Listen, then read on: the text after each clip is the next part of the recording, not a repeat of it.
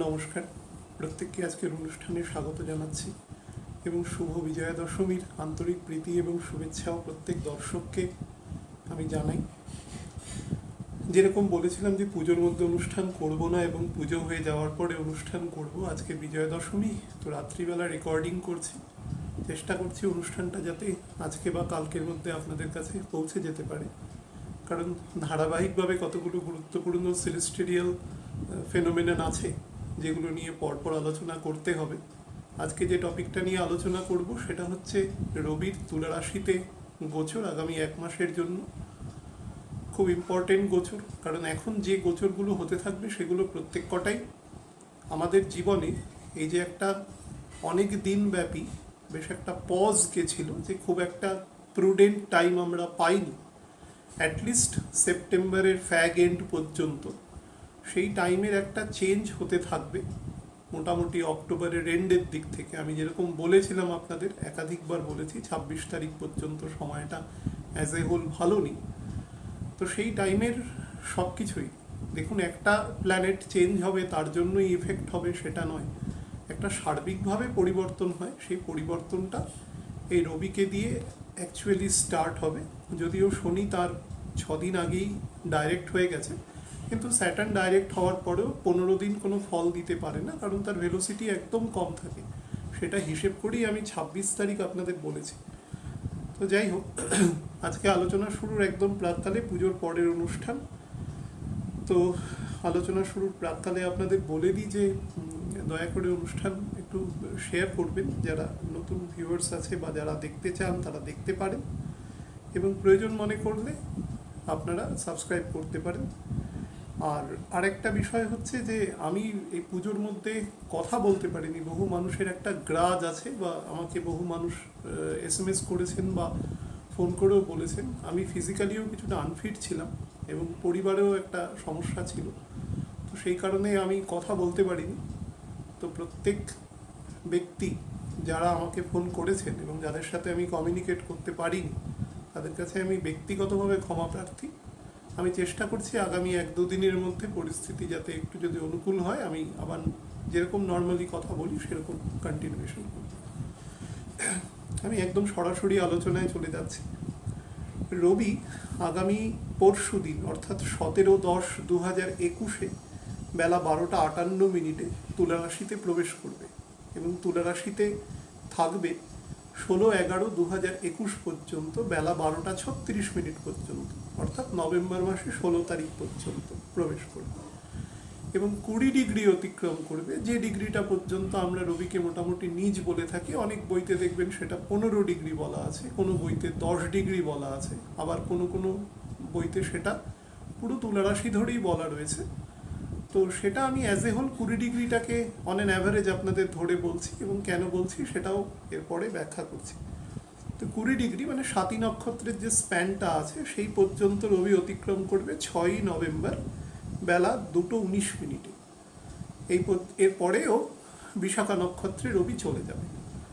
তো এই বেসিক খুব ছোট্ট একটা গোচর এফেক্ট, কিন্তু তার অনেকগুলো দিক আছে, সেই দিকগুলো নিয়ে বলার দরকার আছে। এখানে রবি কীরকম ইফেক্ট দেয় আপনাদের একটা কথা পরিষ্কার বলে রাখি, একাধিকবার বলেছি, সেটা হচ্ছে যে কোনো গ্রহকে যখন আমরা নিচ বলি, যখন আমরা ডেবিলিটেটেড বলি, সেইটাকে কিন্তু নিচ মানে আপনি ভাববেন না যে গ্রহটি দুর্বল হয়ে যাচ্ছে। গ্রহ প্রত্যেকটা প্ল্যানেট, রবি তো অ্যাকচুয়ালি গ্রহ নয়, রবি নক্ষত্র এবং কন্ট্রোলার অফ দ্য মানে সৌরজগৎ। আমাদের এখানের মেন যিনি পিতা অর্থাৎ বিরুৎসমানকে ভগবান যে ক্ষমতাটা দিয়ে রেখেছে সেই ক্ষমতাটা রবি দ্বারা ইমপ্লাইড হয় এখানে সৌরজগতের মধ্যে সবসময়। তো রবির অ্যাকচুয়াল ফাংশন কি? রবি হচ্ছে আমাদের সোল, আমাদের আইডেন্টিটি, আমাদের পিতা বা আমাদের পিতৃব্য, আমাদের সেলফ রেসপেক্ট, আমাদের কর্ম এবং কর্মের যে কোয়ালিটি, ডাইরেকশান দেওয়া, যে কোনো জিনিসকে নিজের নিয়ন্ত্রণের মধ্যে থেকে কাজ করানোর একটা মানসিকতা, একটু সাপ্রেসিভ নেচারের, অর্থাৎ অন্যর বক্তব্যকে উপেক্ষা করে নিজের বক্তব্যটাকে প্রাধান্য দেওয়ানো।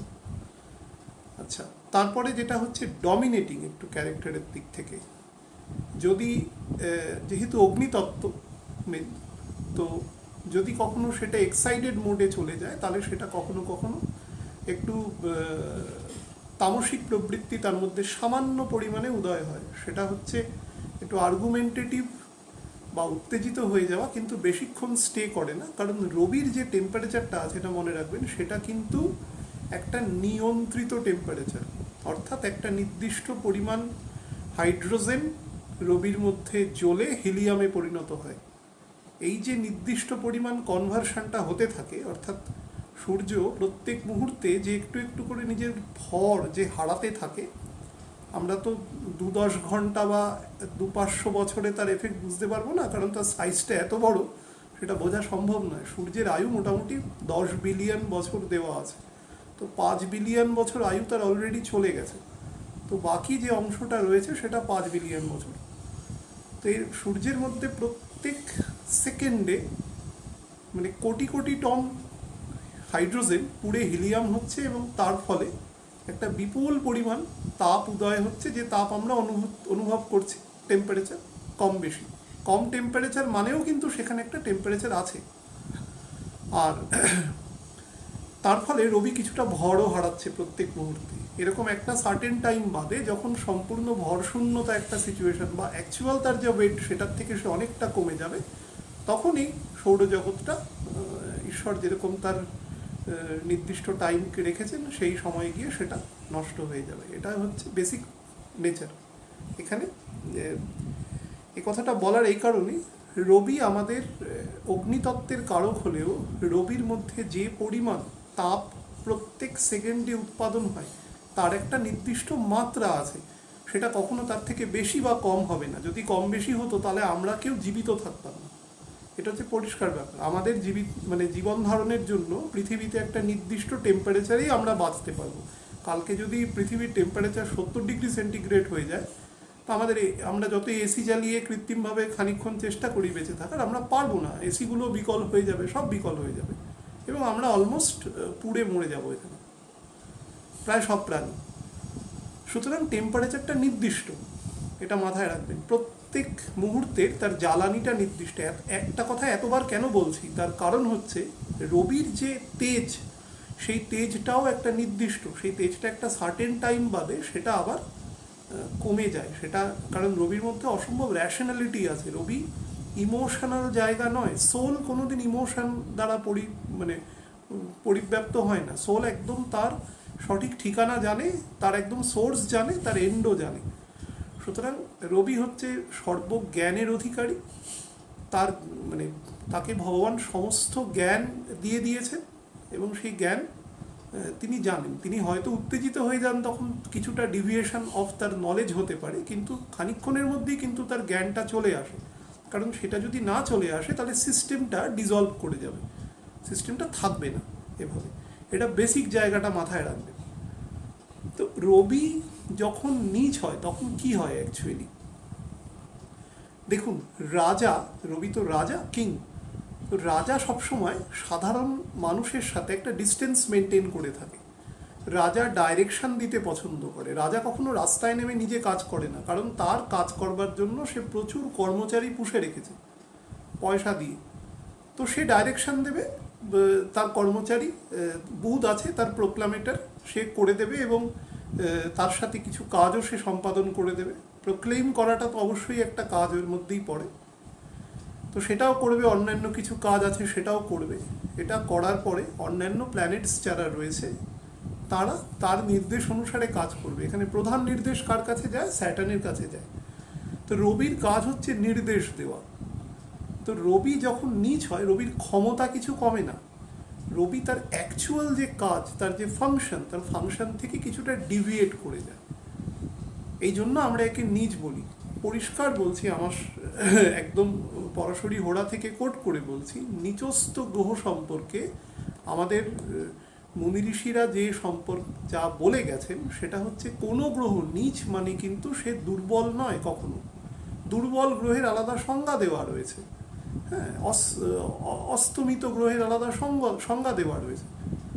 কখনো ভাববেন না নিচস্থ মানে সে গ্রহ দুর্বল। হ্যাঁ, আপনি যদি মনে করেন যে সেই গ্রহটার অ্যাকচুয়াল যে কাজ করা দরকার তার থেকে অন্যরকম কাজ করছে সুতরাং সে দুর্বল, তাহলে একটা আলাদা প্রসঙ্গে আলোচনা করা যেতে পারে। কিন্তু সে দুর্বল নয়, তার যথেষ্ট বল আছে এবং সে অন্যান্য কাজ করতে সক্ষম। আমাদের এই পৃথিবীতে এই যখন রবি আমাদের কি, রবি তো আমাদের অনেকগুলো ক্রাইটেরিয়া বললাম, তার সাথে আমাদের যশ, আমাদের অর্থ। কলিযুগে যশের কিন্তু মানে একটা প্রধান ক্রাইটেরিয়া কিন্তু অর্থ।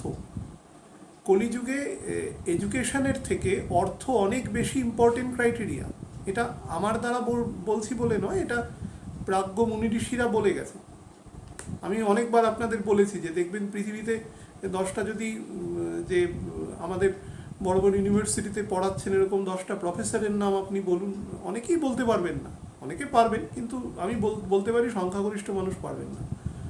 কিন্তু ভারতবর্ষের যদি 10টা মিলিয়নিয়ার বা বিলিয়নিয়ারের কথা বলা যায় তো এক কথায় যে কেউ বলে দেবে। তার মানে কি আইডেন্টিটি ওটা, কিন্তু সেটা কিন্তু অন্যান্য যুগে সেটা সেরকমভাবে ছিল না।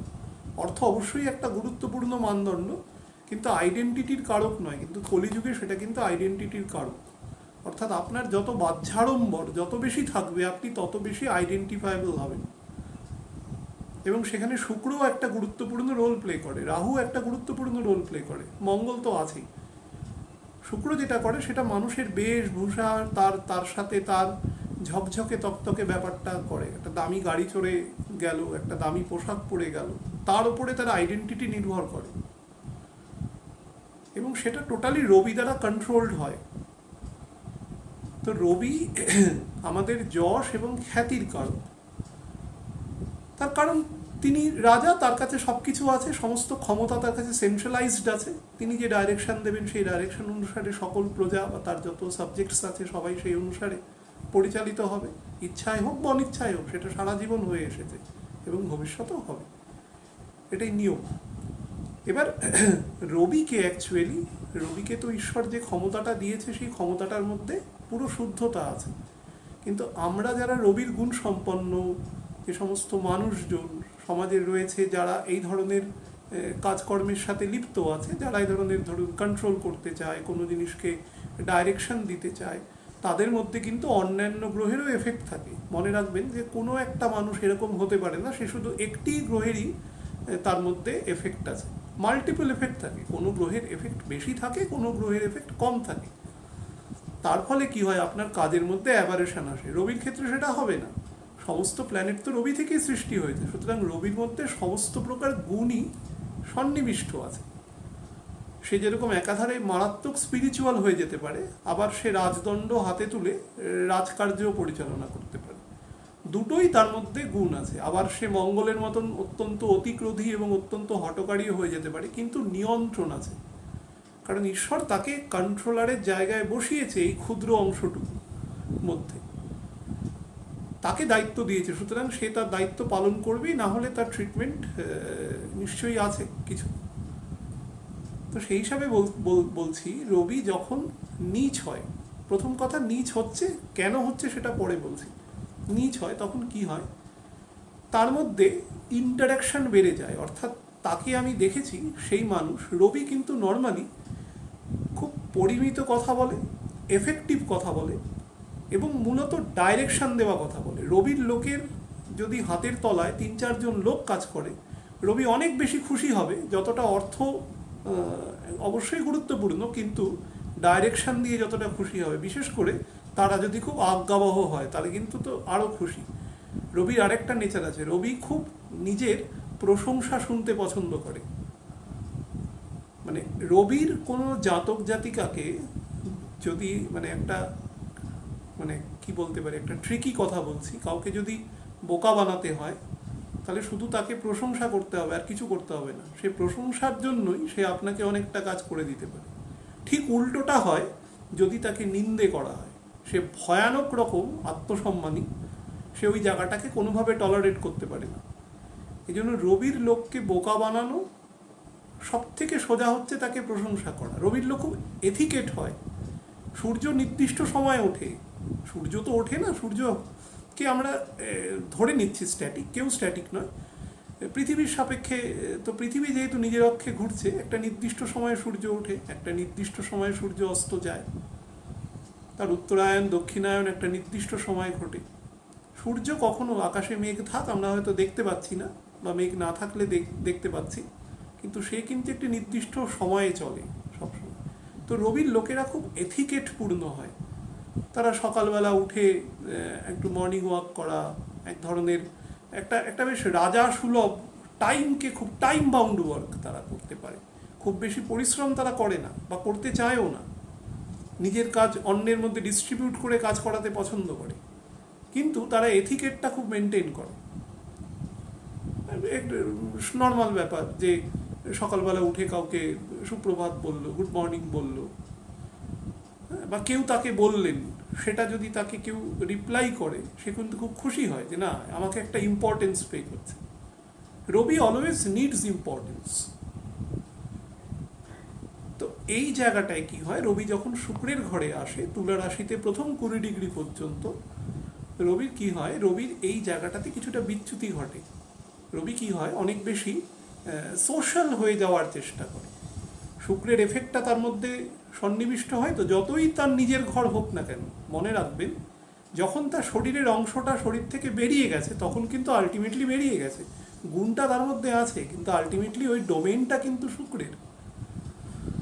সেই শুক্রের ডোমেইনের মধ্যে রবি যখনই ঢুকবে, শুক্র হচ্ছে সোশ্যাল, সবার সাথে মিশতে পারে, যে কোনো সমস্ত বয়সের মানুষের সাথে, ইরেসপেক্টিভ অফ এজেস, তিনি জেন্ডার, তিনি মিশে যাবেন। রবির মধ্যে সেই গুণটা তৈরি হয়। তো রবি অনেক বেশি ডাইলিউটেড হয়ে যায় অ্যাকচুয়ালি। তার যে ইম্পর্টেন্সটা থাকে, তার ইম্পর্টেন্সটা একটুখানি ক্ষয় হয়। মানুষ ভাবে এই লোকটা বেশ নিজের একটা সম্ভ্রম নিয়ে একটু দূরত্ব বজায় রেখে চলতো, হঠাৎ করে সবার সাথে মিশছে, তো মানুষ একটু সন্দেহর চোখে দেখতে পারে যে বছরে অন্য সময় তো অন্যরকম আচরণ, এই সময় হঠাৎ করে অন্যরকম আচরণ হচ্ছে, এরকম ধরনের একটা মানুষের এইখানেই তার কিছুটা একটা অবনমন বলা যেতে পারে, তার সম্মানের অবনমন ঘটে। এটাকেই বলা যেতে পারে যে কিছুটা নীচ হওয়া, বা তার একটা বিপরীতধর্মী ফল প্রদান করা। রবির লোকের চোখ হয়, তার চোখের দিকে তাকিয়ে কখনো কথা বলা যায় না, অ্যাকচুয়াল যে রবির জাতক হয়। মঙ্গলের মতন হিংস্র হয় না। মঙ্গলের চোখ যেরকম রক্তবর্ণ এবং হিংস্র হয়, সেরকম কখনো রবির লোক হয় না। কিন্তু রবির লোকের চোখের মধ্যে একটা তেজ থাকে, সেই তেজটা কিন্তু এখানে এসে তার একটুখানি, তার ওই জায়গাটা একটু ম্লান হয় আর কি, পরিষ্কার ব্যাপার। আর কি হয়, এখানে রবি সবার সাথে একটু অতিরিক্ত ইন্টারাক্ট করবার চেষ্টা করে, অনেক সময় নিজেই রাস্তায় নেমে কাজ করবার চেষ্টা করে, সোশ্যাল ওয়ার্ক করবার চেষ্টা করে। যে কাজটা আগেও তিনি করতেন, কিন্তু ডাইরেকশন দিয়ে, অর্থ দিয়ে করতেন, সে কাজটা এখন তিনি নিজের হাতে করবার চেষ্টা করেন। তার সাথে তার নিজের যে ইগো, সেটাকে সে অনেকটা ব্রেক করে দেয় এখানে। অর্থাৎ সে অনেক বেশি ক্লোজ হয়ে যান তার পিপল, যাদের থেকে সে এতদিন দূরত্ব মেনটেন করতেন, বা একটা মিনিমাম সেপারেশন সে মেনটেন করতেন, এটা কিন্তু সে একদম যাকে বলা যায় জেনে বুঝে মেনটেন করতেন। কারণ তিনি জানেন তিনি সব থেকে ক্ষমতাবান, সুতরাং আমার সাথে যদি আরেকটা লোক কাছাকাছি চলে আসে, দুজনের মধ্যে একটা ডিফারেন্স না রাখলে আমার ইম্পর্টেন্স কি করে থাকবে। তো তিনি কি করতেন, এটা খুব বুঝে শুনে ইন্টেনশনালি করতেন। এখন কিন্তু সেই ইগোটা তিনি ব্রেক করে দেবেন, ব্রেক করে মানুষের সাথে মিশে যাবেন। অনেক সময় রবি কিন্তু যতই পয়সা থাক, রবি কিন্তু পয়সার মূল্য বোঝে, কারণ তাকে পুরো সিস্টেমটা চালাতে হয়। সুতরাং তাকে কতটা আয় ব্যয়ের হিসেব রাখতে হবে, সেটা তার মধ্যে একটা নির্দিষ্ট ক্যালকুলেশন শুরু থেকে থাকে। এইখানে এসে কিন্তু সেই ক্যালকুলেশনটা ব্রেক করে, অর্থাৎ তিনি হয় অতিরিক্ত অর্থ খরচা করেন, প্রয়োজন নেই যেখানে সেখানে বেশি পয়সা খরচা করে দেন, যেখানে প্রয়োজন আছে সেখানে একটা অধিক কৃপণতা দেখাতে পারেন, এই ধরনের। অর্থাৎ তার মধ্যে একটা মিক্সচার অফ অপোজিটস তৈরি হয় এই ঘরটাতে এসে। তার সাথে কি হয় দেখুন, রবি কোনো রকম রোম্যান্টিক অ্যাটিটিউডে বিশ্বাস করে না। রবি দূর দূর পর্যন্ত কোনো রোম্যান্স বা এই ধরনের মানসিকতায় বিশ্বাস নয়, কারণ তার 5th হাউস এবং 7th হাউস, 5th হাউস হচ্ছে বৃহস্পতি এবং 7th হাউস হচ্ছে শনি। আমি রবির লোকেদের বহু ক্ষেত্রে দেখেছি যে তার যে ওয়াইফ হয় সেই ওয়াইফ অনেক বেশি মানে কি বলা যায় অনেক পরিপক্ক, অনেক ম্যাচিওর্ড হয়, অনেক সময় বয়সেও বড় হতে পারে, এরকম ধরনের টেন্ডেন্সিসও দেখা যায়। রবি এবং চন্দ্রের ক্ষেত্রে এটা দেখা যায় কারণ স্যাটার্ন আছে। রবির ক্ষেত্রে স্পেসিফিক্যালি দেখা যায় কারণ তার সপ্তম ঘর শনির মূল ত্রিকোণের ঘর। তো এখানে এসে কি হয়, তার মধ্যে কিছুটা রোম্যান্টিক অ্যাটিটিউডও বাড়তে থাকে। রবি নর্মালি জানেই না যে রোম্যান্স বা এগুলো কিভাবে করতে হয় বা এগুলোর ডিউরেবিলিটি কিভাবে মেনটেন করতে হয়। আপনারা ভাববেন ফিফথ হাউসে জুপিটার আছেন, আর ফিফথ হাউসে জুপিটার মনে রাখবেন তিনি বিবাহ করবেন, প্রাকৃতিক নিয়মে তার সন্তানও হবে, পরিবারও সে মেনটেন করবেন, কিন্তু তার মেনটেনেন্সটা না দায়িত্বের মধ্যে চলে আসে। সে অনেক বেশি পরিবারের কর্তা হয়ে যায় রাদার দেন একজন ভালো বন্ধু বা ভালো প্রেমিক। এইগুলো থেকে বন্ধু সে হতে পারে কিন্তু সেই বন্ধুত্বের আপনি এসেন্স পাবেন না। সে আপনাকে হেল্প করে দেবে, যে হেল্প আপনাকে সব থেকে উৎকৃষ্ট বন্ধুও করতে পারবে না, কিন্তু আপনি হেল্পটা না সবসময় আপনার মধ্যে একটা একটা স্ট্র্যাটিফাইড হেল্প পাবেন। অর্থাৎ কেরম যেন একটা মনিব আপনাকে হেল্প করছে, একজন ভৃত্যকে যেভাবে হেল্প করে মনিব রবি সেইভাবে হেল্প করে।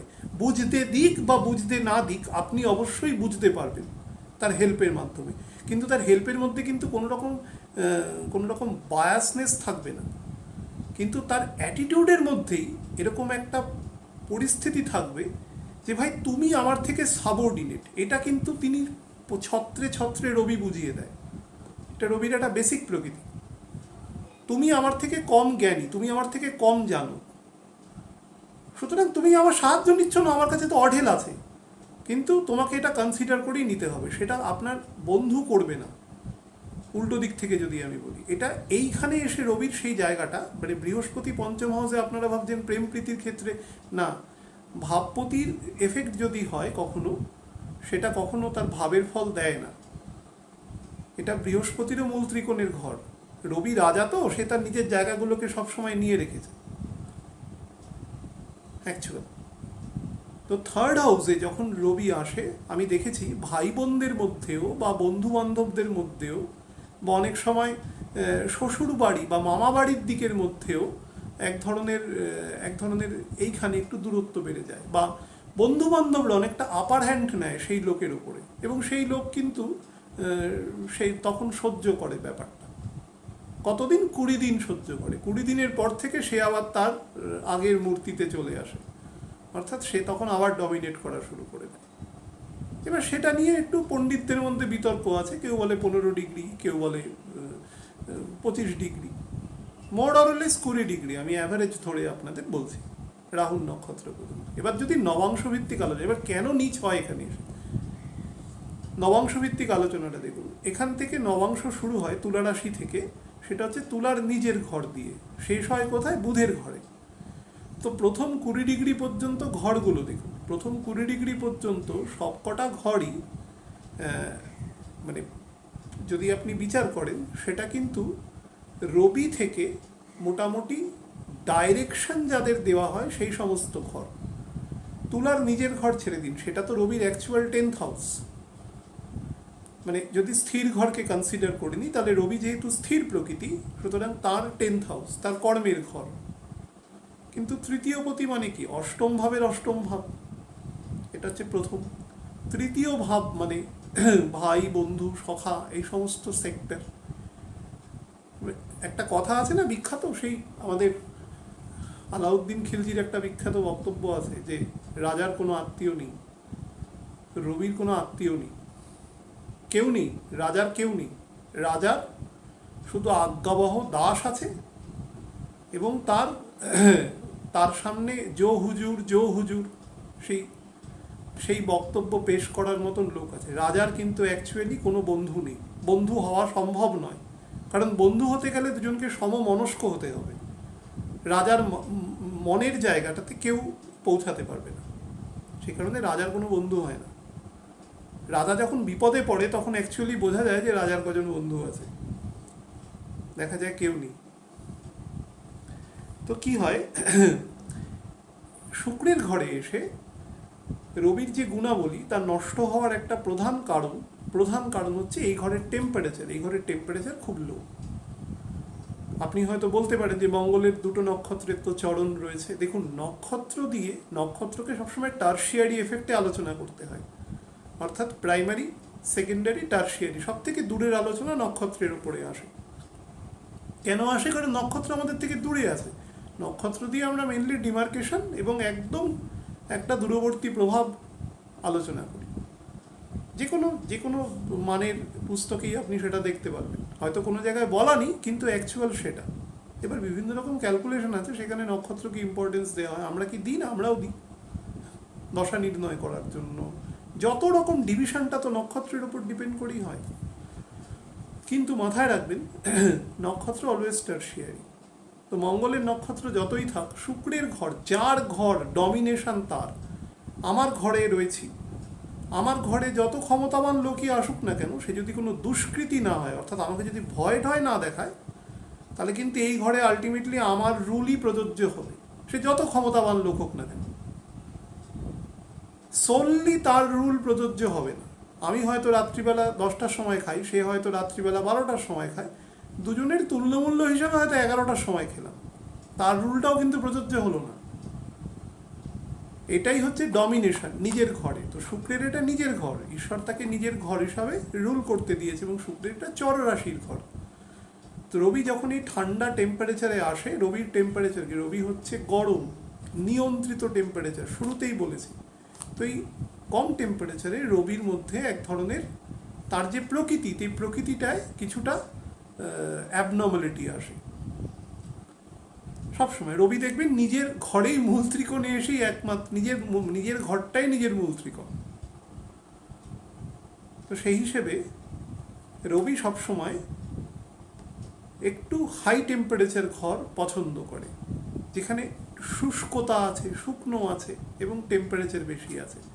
বৃশ্চিকের ঘরেরও টেম্পারেচার বেশি আছে, কিন্তু বৃশ্চিকের ঘরের মধ্যে ওয়াটারি সাবস্টেন্সেস আছে, থকথকে কাদার মতন, সেখানেও কিন্তু রবি খুব একটা কমফোর্টেবল নয়। আর এখন তো 15 ডিগ্রি পর্যন্ত কমফোর্টেবল থাকা প্রশ্নই নয়, কারণ ওখানে কেতু বসে রয়েছে অলরেডি। সামনের মাসে যখন মানে কার্তিক অঘ্রাণ মাসে যখন আলোচনা করবো, ওখানে একটা গ্রহণ হবে। তা অ্যাকচুয়ালি চন্দ্র এবং সূর্য দুটো গ্রহণই পরপর হবে, তো সেই মাসেই ঘটবে। তো সেক্ষেত্রে এমনিতেই নয়, আর এমনিতেও ওয়াটারি সাবস্টেন্সেস আছে বলে তবু টেম্পারেচারটা কিছুটা হাই আছে, অন্তত শুক্রের ঘরের থেকে বেটার। তারপরের ঘরে কিন্তু রবি কমফোর্টেবল। রবি থেকে 5th হাউস, রবির মূল ত্রিকোণ ট্রায়াঙ্গেলের মধ্যে পড়ে যাচ্ছে, তার পরের ঘরগুলো কিন্তু রবির ক্ষেত্রে আনকমফোর্টেবল। যদিও 7ম ঘরে রবি কিন্তু অনেকটা বেটার ফল দেওয়ার চেষ্টা করে, কিন্তু 6th হাউসে রবি কিন্তু লোনলি হয়ে যায়। 6ষ্ঠ ঘরের যে তাৎপর্য, আপনারা অনেক কিছু দেখবেন, রোগ, রিপু, ঋণগ্রস্ততা, অনেক রকম কিছু লেখা আছে। কিন্তু মানুষের জীবনে যে জিনিসগুলোর প্রভাব সব থেকে বেশি দেয়, সেটা হচ্ছে 6ষ্ঠ ঘর কিন্তু আমাদের যে কোনো জিনিসের বার্ডেনকে বাড়িয়ে দেয়। কারণ 5ম ঘরের 2য় ঘর ওটা, 5ম ঘরের এফেক্ট। তো কিভাবে বাড়িয়ে দেয় দেখুন। এখন রবি থেকে চিন্তা করুন, রবি থেকে 6th হাউসে শনি রয়েছে, শনি হচ্ছে কর্মকারক ঘর। তো দেখবেন এই সময় বহু মানুষেরই তো এই প্যান্ডেমিক সিচুয়েশনে অফিস বন্ধ রয়েছে, বা বিভিন্ন রকম ওয়ার্ক ফ্রম হোম করছে, বা অনেকে যাচ্ছেও, কম দিন যাচ্ছে হয়তো। কিন্তু আপনি প্রত্যেককে জিজ্ঞাসা করবেন, কাজের প্রেশার কিন্তু কম নেই, অন্তত মানসিকভাবে কিন্তু প্রেশারাইজড, সে কিন্তু শান্তিতে ছিল না। এটা হচ্ছে এই ঘরের একটা বেসিক মানে নেচার। 6th হাউস সবসময় আপনার যা অ্যাকচুয়াল ওজন তার থেকে বেশি বাড়িয়ে দেবে। অর্থাৎ এরকম চাঁদে গেলে আমাদের কি হয়, 1/6 হয়ে যায়, তো ওখানে গ্র্যাভিটেশনাল ফোর্স কম বলে আমাদের কমে যায়। আবার যে গ্রহের গ্র্যাভিটেশনাল ফোর্স বেশি, সেখানে গেলে আমাদের ওয়েট বেড়ে যাবে। তো সেই রকমই ব্যাপার, যে আমাদের অ্যাকচুয়াল যা বার্ডেন, সেই বার্ডেনটা আমাদের কাছে মনে হয় সেটা ওভার বার্ডেন্ড হচ্ছে, যেটা সেই গ্রহের যা কারকতা, সেই কারকতা অনুসারে সেটা বৃদ্ধি ঘটে। বৃহস্পতি মানে এডুকেশন, আমাদের মেটেরিয়াল লাইফ, আমাদের সন্তান সন্ততি, আমাদের সমস্ত রকম মেটেরিয়াল অ্যাসপেক্ট জুপিটারের সাথে যুক্ত। সমস্ত কিছু একদম প্রাইমারি, সেকেন্ডারি, হায়ার সেকেন্ডারি, বা তার থেকেও পরবর্তীকালের এডুকেশন, স্পিরিচুয়াল এডুকেশনের একদম প্রথম ধাপ পর্যন্ত জুপিটার, তো সেটাকে ওভারবার্ডেন্ড করে দেবে। 6th হাউসে যখন বসে থাকবে সে, তো রবি কি হয়, রবি 3rd হাউসে যখন আসছে, রবির যেটা 10th হাউস, সেই 10th হাউস থেকে এটা হচ্ছে 6th হাউস। শুক্রই একমাত্র প্ল্যানেট এবং মঙ্গলই আরেকটি মাত্র প্ল্যানেট যারা ষড় অষ্টকে অবস্থান করে, কারণ এরা রিপুকারক প্ল্যানেট। মঙ্গলের মধ্যে রিপুর এফেক্টটা আছে হিংস্রতার সাথে, শুক্রের মধ্যে আছে সেটা অত্যন্ত মানে কি বলবো, যেটা সুন্দর একটা এনভায়রনমেন্ট তৈরি করে সেই রিপুটাকে সে ভোগ করবে। কিন্তু ভোগ করার প্রবণতা দুজনেরই আছে। রাহুর ক্ষেত্রে কিছু দরকার পড়ে না, রাহু সব কিছু ভোগ করার চেষ্টা করে কিন্তু কিছুই সে ভোগ করতে পারে না, কারণ ভোগ করার জন্য তার কায়া নেই। তো সেই হিসেবে কিন্তু ভোগের প্রবৃত্তি তার সব থেকে বেশি আছে, কারণ সে ডেমন। সেই হিসাবে আপনাদের বলে রাখি, রবির 10th হাউস থেকে, রবির যেটা কর্ম, শুক্রের ঘর মানে বৃষ রাশি তো রবির কর্মের ঘর, 10th হাউস। রবি থেকে যদি হিসেব করেন সিংহ রাশি থেকে 10th হাউস, তো সেই 10th হাউস থেকে 6th হাউস হচ্ছে শুক্রের ঘর। এখানে সে কি হয়, ওভারবার্ডেন্ড হয়ে যায়। রবি এত কাজ করে অভ্যস্ত নয়, রবি নর্মালি ডাইরেকশন দিয়ে অভ্যস্ত। এখানে আসলে কি হয়, তার বার্ডেন বেড়ে যায়, তাকে বেশি কাজ করতে হয়। তো তার ফলেও কিন্তু সে কিছুটা কি বলবো এম্বারেসিং সিচুয়েশনের মধ্যে পড়ে, এবং এটাও কিন্তু ওয়ান অফ দ্য কজেস তার এখানে নিচ হওয়া। আমি আরও কিছু নবাংশ আপনাদের বলে দিতে পারি, যে নবাংশ আপনাদের মনে হতে পারে যে এখানে গিয়ে রবি নিচ হচ্ছে। হ্যাঁ, অ্যাকচুয়ালি সেগুলো হয়, কিন্তু সেগুলো একটা নবাংশ রবির ক্ষেত্রে কদিন, অ্যাকচুয়ালি 80 ঘন্টা। 3 দিনে 72 ঘন্টা আর 3 ডিগ্রি 20 মিনিট মানে 80 ঘন্টা। তো 80 ঘন্টা অনেক সময় আমরা মানে 3.5 দিন অনেক সময় অতটা হয়তো খেয়াল করি না, বেরিয়ে যায়, যেহেতু রবির একটা নির্দিষ্ট ভেলোসিটি আছে, তার ফলে সেটা আমরা পরখ করি না। কিন্তু এখন যখন 20 দিন ধরে থাকবে সেটা আমরা কিন্তু কিছুটা বুঝতে পারবো। কিন্তু অ্যাকচুয়ালি রবি যখন শুরু করবে এখানে গোচরটা, মানে গত পরশু দিন থেকে 17 তারিখ থেকে বেলা 12টা 58 থেকে, তো সেই সময়ে আপনারা দেখবেন যে নবাংশে শনি তার উল্টো দিকে বসে রয়েছে। অর্থাৎ শনির মানে পরিষ্কারভাবে শনিও নিচ, রবিও নিচ। তো এক্ষেত্রে কিন্তু একদম শুরুর দিকে এখানে একটা নিজ ভঙ্গ হয়ে যায়। আপনারা হয়তো ভাবতে পারেন যে দুজনে একসাথে থাকলে তো নিজ ভঙ্গ হতো না, এটাও এক ধরনের নিজ ভঙ্গ, কিন্তু টার্সিয়ারি এফেক্ট অফ নিজ ভঙ্গ। তো প্রথম 3 দিনের এফেক্টটা কিন্তু পাবেন না, মানে 3.5 দিন 8 ঘন্টা, তারপর থেকে নিচের ফলটা আস্তে আস্তে দেওয়া শুরু করবে। অর্থাৎ তার মধ্যে অনেক বেশি হাসি খুশি বা এই ধরনের একটা ভোগ্যপণ্য কেনার দিকে একটা আধিক্য, এইগুলো চেষ্টা করবে। ততদিনে শুক্র রবি থেকে 3rd হাউসে চলে যাবে, ফলে রবির বলবত্তাও সে সৃষ্টি করবে আস্তে আস্তে, রবি এখানে থাকতে থাকতে। এখানে কিন্তু রবির গোচর অ্যাজ এ হোল খারাপ দেবে না, তবে মান সম্মানের ব্যাপারে যারা অতিরিক্ত, যারা সূচিবায়ীগ্রস্ত আছেন, যারা এই ব্যাপারটাকে কোনোভাবেই কম্প্রোমাইজ করতে পারেন না, তারা একটু খেয়াল রাখবেন, বা কখনো যদি কোনোভাবে ইনসাল্টেড হন কোনো কারণে, তারা চেষ্টা করবেন সেই সিচুয়েশানটাকে খুব ট্যাক্টফুলি হ্যান্ডেল করা। কারণ আপনাদের বলেইছি 26 তারিখ পর্যন্ত সময় খারাপ আছে। চারিদিকের পরিস্থিতি দেখেই বুঝতে পারছেন যে অবস্থা এখনও ভালো নেই। আমি অনেকবার আপনাদের বলেছিলাম যে দেখবেন এই সময়টা অ্যাজ এ হোল ভালো যাবে না। কারণ দেখুন, অ্যাস্ট্রোলজি, আমাকে অনেক মানুষ ফোন করে অনেক রকম কথা বলে, কিন্তু আমি তাদের একটি কথাই বলি যে আপনারা আপনাদের ব্যক্তিগত জীবন দিয়ে অনুভব করবেন, আমাকে কাউন্টার করার দরকার নেই, সেটা আপনি করুন, তাতে আমার অসুবিধে নেই কিছু, কিন্তু আপনারা আপনাদের ব্যক্তিগত জীবন দিয়ে উপভোগ করুন যে আপনি কেমন আছেন। আপনার যদি ভিতর থেকে মনে হয় না আপনি ঠিক আছেন, তাহলে আমি ভুল প্রমাণিত হচ্ছি।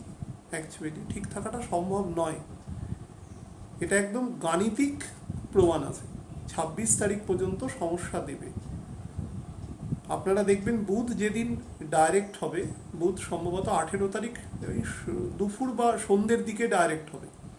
বুধ যেদিন ডাইরেক্ট হবে তার ঠিক 2 দিন মানে 46 ঘন্টা মোটামুটি, আমি বেয়ার বলছি একেবারে, 46 ঘন্টা পর থেকে আপনারা প্রথম ঠান্ডার আমেজ অনুভব করবেন।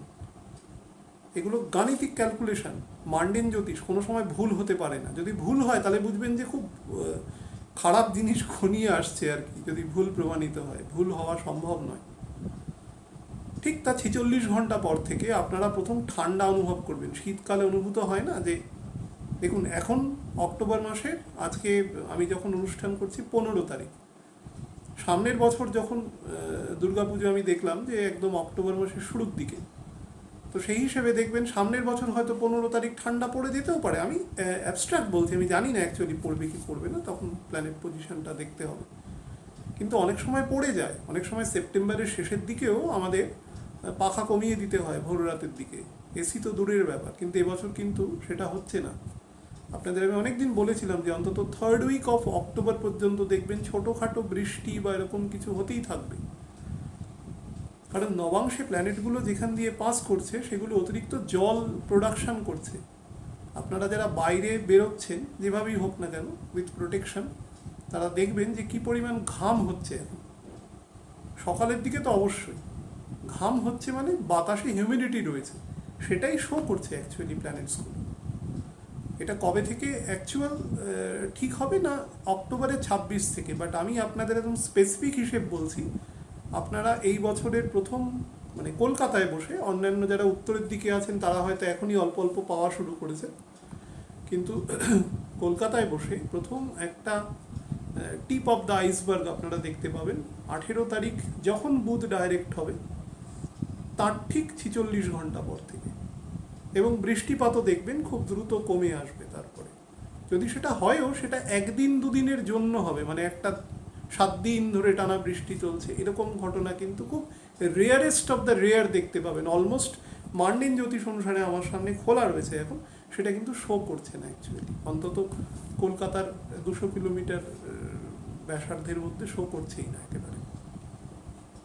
যাই হোক, এখানে লগ্ন ধরে বলার কিছু নেই, আমি অলরেডি শুরুতে যখন বলে এসেছিলাম তখন বলেছিলাম, আলাদা করে এখানে বলছি না, কারণ আর 7-8 দিন পরেই আমি ম্যাক্সিমাম নভেম্বর মাসের জন্য পুরো 12টা লগ্নফল ছটা ছটা করে যেভাবে বলি সেরকমভাবে বলবো।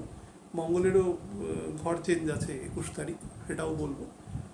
তো অনেকগুলো গুরুত্বপূর্ণ শিফটিং আছে, সেগুলো নিয়ে আলোচনা হবে। আপনারা ভালো থাকবেন। তবে একটি জিনিস দেখে আমার পুজোর সময় খুব খারাপ লাগলো যে অধিকাংশ মানুষই রাস্তায় যারা বেরিয়েছেন তারা কেউ মাস্ক পরে বেরোননি। এটা খুব দুঃখজনক ঘটনা, যেখানে একদম অ্যাডমিনিস্ট্রেশনের একদম টপ মোস্ট জায়গা থেকে বারবার অনুরোধ করা হচ্ছে আপনারা এটা করুন। আপনাদেরই ট্যাক্সের পয়সা কিভাবে ইউজ হচ্ছে সচেতনতার জন্য।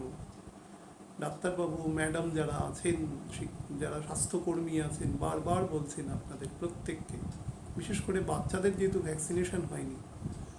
আমি দেখে খুব অবাক, মানে একদম মানে পুরো across the length and breadth of West Bengal আমি দেখলাম এটা, কিন্তু অধিকাংশ মানুষই মেনটেন করেননি। যাই হোক, ঈশ্বর যেহেতু খারাপ সময়টার মধ্যে রয়েছি বলে আমি এতবার বলছি, না হলে আমার অ্যাকচুয়ালি এ ব্যাপারে বলার তো কোনো অধিকার নেই, কিন্তু আমরা এখনও খারাপ টাইমটার মধ্যে রয়েছি। আরও আমরা 10 দিন মতন থাকবো এই খারাপ টাইমের মধ্যে। তো কোনোভাবে যদি এখন ভাইরাসিফিকেশনটা হয়ে যায়, সেটা কিন্তু আবার স্টে করে যাবে কিছু দিনের জন্য, মানে কোনোভাবে যদি সেটা এরাডিকেট করে যায় সামহাও। সেই কারণেই বলা। যাই হোক, যা হয়েছে সেটা হয়েছে, বাট সাবধানে থাকবেন, বাচ্চাদের সাবধানে রাখবেন। এখনও 10-12টা দিন একটু কেয়ারফুলি থাকবেন।